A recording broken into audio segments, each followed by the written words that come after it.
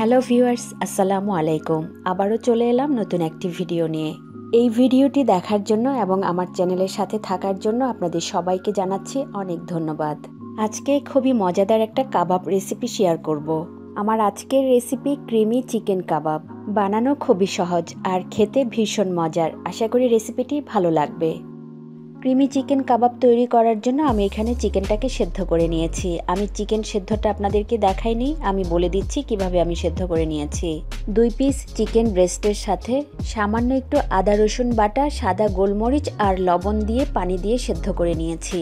আর সেই সেদ্ধ করা চিকেনের টুকরোগুলো হাত দিয়ে এভাবে ছিঁড়ে নিয়েছি। এখানে চিকেন সেদ্ধ করা আধা কাপ চিকেন স্টক নিয়েছি। এবার এখানে দিয়ে দিচ্ছি 2 টেবিল চামচ কর্নফ্লাওয়ার। এই কর্নফ্লাওয়ারটুকু খুব ভালো করে চিকেন স্টকের সঙ্গে মিশিয়ে নিতে হবে। এবার আমরা রান্নায় চলে যাব। চুলায় একটা প্যানের মধ্যে নিয়ে নিচ্ছি 1 টেবিল চামচ বাটার। বাটারটুকু যখন মেল্ট হয়ে গেছে, এবার এখানে দিয়ে দিচ্ছি 1/4 কাপ পেঁয়াজ কুচি। আর পেঁয়াজগুলো আমি ছোট করে কেটে নিয়েছি। এবার বাটারের সঙ্গে পেঁয়াজটুকু হালকা করে একটু ভেজে নিতে হবে। পেঁয়াজগুলো যখন একটু ভাজা হয়ে গেছে, এবার এখানে দিয়ে দিচ্ছি 3টা কাঁচামরিচ কুচি। এখানে এই পেঁয়াজগুলো কিন্তু আমরা লাল করব না, পেঁয়াজগুলো হালকা করে একটু ভেজে নিতে হবে। পেঁয়াজ কাঁচামরিচটা যখন একটু ভাজা হয়ে গেছে, এবার এখানে দিয়ে দিচ্ছি আধা কাপ দুধ। এবার সাথে দিয়ে দিব আধা চা চামচ চিলি ফ্লেক্স, 1/4 চা চামচ গরম মশলা গুঁড়া। এই দুটো উপকরণ দিয়ে খুব ভালো করে নেড়েচেড়ে মিশিয়ে নিতে হবে। এবার এখানে দিয়ে দিব 1 টেবিল চামচ ক্রিম। আমি এখানে ডানো ক্রিমটা ব্যবহার করেছি। ক্রিম দিয়ে আবারও দুধের সঙ্গে খুব ভালো করে নেড়েচেড়ে একটু মিশিয়ে নিতে হবে। সামান্য একটু লবণ দিতে হবে, কারণ চিকেনটা সেদ্ধ করার সময় কিন্তু আমরা এখানে লবণ দিয়েছিলাম, আর চিকেন স্টকের সঙ্গেও কিন্তু লবণ আছে। এবার আগে থেকে যে কর্নফ্লাওয়ারটা গুলিয়ে রেখেছিলাম, সেই কর্নফ্লাওয়ারটুকু দিয়ে দিচ্ছি।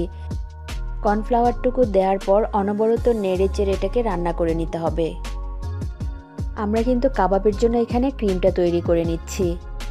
চুলার আঁচ কিন্তু একেবারেই লোতে থাকবে। অনবরত নেড়েচেড়ে ক্রিমটাকে তৈরি করে নিতে হবে। ক্রিমটা যখন এই পর্যায়ে চলে আসবে, এবার আমরা চিকেন যে সেদ্ধ করে রেখেছিলাম, এই সেদ্ধ করা চিকেনগুলো দিয়ে দিচ্ছি। চিকেন দেওয়ার পর ক্রিমের সঙ্গে খুব ভালো করে নেড়েচেড়ে মিশিয়ে নিতে হবে। এই পর্যায়ে চুলার আঁচ কিন্তু একেবারেই লোতে থাকবে। কিছু সময় নেড়েচেড়ে নেওয়ার পর চিকেনটা কিন্তু এরকম একটু স্টিকি হয়ে যাবে। আর এখানে কাবাবের জন্য চিকেনটা কিন্তু তৈরি করা হয়ে গেছে। এবার চুলা থেকে নামিয়ে একটু ঠান্ডা করে নিতে হবে। এখানে একটা বাটির মধ্যে একটা ডিম ভেঙে নিয়েছি আর নিয়েছি ব্রেড ক্রাম। এবার পরিমাণ মতো চিকেনের মিশ্রণ নিয়ে 2 হাত দিয়ে এভাবে একটু চেপে চেপে গোল করে চ্যাপ্টা করে নিতে হবে। আমি কাবাবগুলো এভাবে চ্যাপ্টা করেই বানিয়ে নিচ্ছি। আপনারা আপনাদের পছন্দ মতো যে কোনো শেপেই বানিয়ে নিতে পারেন।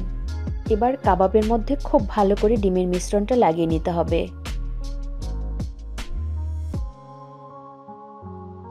ডিম থেকে তুলে ব্রেড ক্রামে খুব ভালো করে গড়িয়ে নিতে হবে। চারদিকে খুব ভালো করে ব্রেড ক্রাম লাগিয়ে নিতে হবে। এই তো একটা কাবাব তৈরি করা হয়ে গেছে। আর আমি এইভাবে করেই সবগুলো কাবাব বানিয়ে নিব। সবগুলো কাবাব বানিয়ে নিয়েছি। আপনারা চাইলে এই কাবাবগুলো কিন্তু সংরক্ষণ করতে পারেন। এই প্লেটটাকে ডিপ ফ্রিজে রেখে দিবেন। 1-2 ঘন্টা পর কাবাবগুলো যখন শক্ত হয়ে যাবে, যে কোনো এয়ারটাইট বক্স বা জিপলক ব্যাগে ভরে প্রায় 1 মাসের মতো রেখে খাওয়া যাবে। এবার আমরা কাবাবগুলো ভাজতে চলে যাব। ভাজার জন্য চুলায় একটা প্যানের মধ্যে তেল গরম করে নিয়েছি। আর এই কাবাবগুলো ভাজতে কিন্তু খুব বেশি তেলের প্রয়োজন নেই।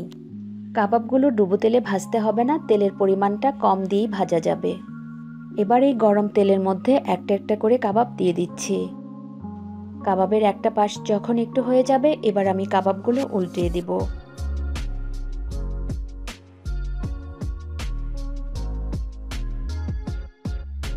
এইভাবে কয়েকবার উল্টিয়ে পাল্টিয়ে কাবাবগুলো গোল্ডেন ব্রাউন কালার করে ভেজে নিতে হবে।